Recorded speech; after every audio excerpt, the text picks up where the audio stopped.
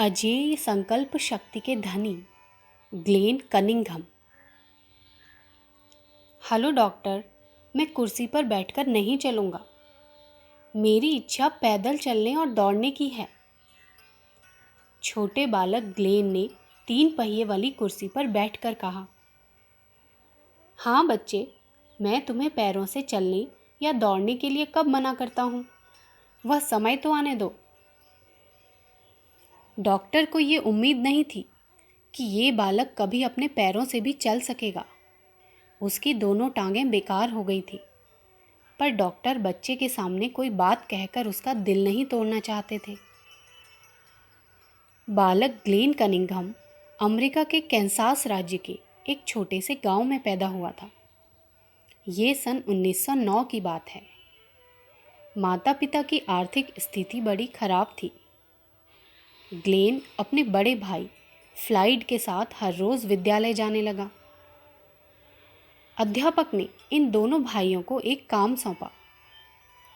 इन्हें विद्यालय स्कूल के समय से पहले आकर अंगीठी सुलगाने का काम दिया गया। गुरु की आज्ञा मानकर दोनों बच्चे इस काम को करने लगे। हर रोज़ स्कूल में समय से पहले आकर अंगीठी सुलगाने लगे। एक दिन की बात है, भूल से ये दोनों बच्चे मिट्टी के तेल के बजाय पेट्रोल का कनस्तर उठा लाए और उसे खोलकर अंगीठी में डालकर आग जलाने की कोशिश करने लगे।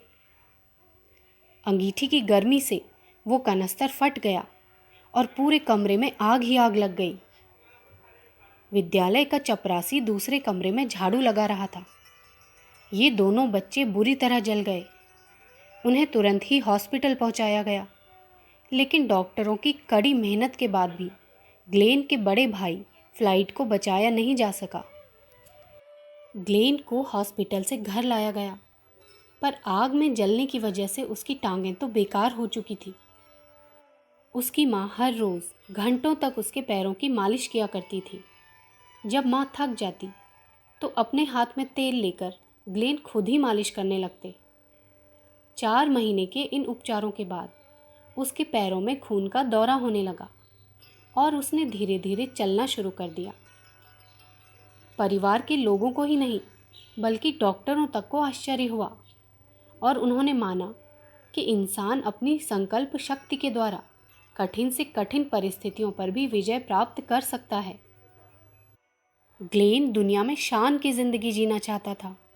दूसरों के सहारे रहकर दिन काटे तो जिंदगी में क्या अच्छा है। अब वो अपने स्कूल पैदल ही जाने लगा। वार्षिक उत्सव में खेल प्रतियोगिताओं का आयोजन किया गया था। 12 साल के ग्लेन ने उनमें भाग लिया और दौड़ प्रतियोगिता में प्रथम पुरस्कार प्राप्त किया। कॉलेज में पढ़ाई की बारी आई। ग्लेन ने सोचा, क्या मुझे गरीबी के लिए भगवान को दोष देना चाहिए? क्या माता पिता को और परेशान करना चाहिए? ग्लेन को अपने ऊपर विश्वास था। उसने निराशा पैदा करने वाले विचारों को अपने मन से निकाल फेंका। ग्लेन ने निश्चय किया कि अपनी पढ़ाई का खर्च वो खुद उठाएगा। उसने छुट्टी के समय खेतों में मजदूरी की और जो भी पैसा मिलता उसका थोड़ा सा ही भाग अपनी पढ़ाई लिखाई और खाने पर खर्च करता। बाकी की पूरी रकम बैंक में जमा करने लगा। उसकी मेहनत और कम खर्च करने के गुणों ने उसे प्रगति के रास्ते पर निरंतर बढ़ाया। उसके प्रगतिकामी जीवन के बस यही 2 रहस्य थे।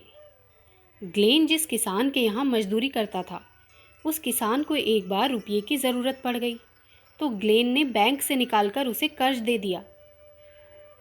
ग्लेन के विद्यार्थी जीवन का उद्देश्य सिर्फ नौकरी पाना नहीं था। वो तो हर दिशा से अपना विकास करना चाहता था। वो पढ़ाई के समय पढ़ाई करता और खेल के समय खेलता था। सन 1932 में लॉस एंजलिस में ओलंपिक प्रतियोगिताएं आयोजित की गई। अमेरिका की ओर से ग्लेन ने दौड़ प्रतियोगिता में भाग लिया और ओलंपिक में चौथा स्थान प्राप्त किया। अगले ही साल उन्हें सर्वश्रेष्ठ खिलाड़ी घोषित किया गया और पुरस्कृत किया गया। सन 1936 में दौड़ प्रतियोगिता में उन्हें दूसरा स्थान मिला और इसी साल एमए की परीक्षा भी उन्होंने बहुत अच्छे अंकों से उत्तीर्ण की। सन 1938 उनके लिए वरदान सिद्ध हुआ। उन्हें शिक्षा शास्त्र में पीएचडी की उपाधि मिली और उसी साल 1 मील की दौड़ में उन्होंने पुराने सभी रिकॉर्ड तोड़ दिए। जिंदगी की दौड़ में सबसे आगे दिखाई देने वाला ये वही इंसान था जिसे एक दिन डॉक्टर तक कहते थे कि ये चल भी नहीं पाएगा। ग्लेन अब ये अनुभव कर रहे थे कि यदि बच्चों को प्रोत्साहित किया जाए और वे अपने हाथ आए अवसर को गंवाएं ना, तो वे बड़ी से बड़ी मुश्किलों का भी सामना कर सकते हैं और विजय प्राप्त कर सकते हैं। सबसे बड़ी बात यह है कि जिस इंसान का शरीर एक दिन विकलांग हो गया था और जिसने बड़ी ही कठिनाई के साथ अपनी शारीरिक शक्तियों को अर्जित किया था, उन्हें ही एक दिन आयोवा ऑर्नेज कॉलेज में फिजिकल एजुकेशन का डायरेक्टर नियुक्त किया गया। जब दूसरा विश्व युद्ध शुरू हुआ तो ग्लेन अपने देश की पुकार को अनसुनी न कर सके। वे नौसेना में भर्ती हो गए और 1947 तक सेना में काम करके देश की सेवा करते रहे। से रिटायर होने के बाद यदि वे चाहते तो फिर से कॉलेज में फिजिकल एजुकेशन के डायरेक्टर बन सकते थे और आराम की ज़िंदगी बिता सकते थे, लेकिन उन्होंने ऐसा नहीं किया, बल्कि इससे भी महान काम किया। ग्लेन कनिंघम कैंसास राज्य में आकर बस गए और अपने पूरे जीवन की कमाई उन्होंने समाज के बेसहारा और गरीब बच्चों की भलाई के लिए खर्च कर दी। With best wishes from Lions Club of Pune गणेशखिंड। विचार: Lions Club of Pune Ganeshkhind के यूट्यूब चैनल को सब्सक्राइब करें और अगले वीडियोस पाने के लिए बेल आइकन दबाइए। धन्यवाद।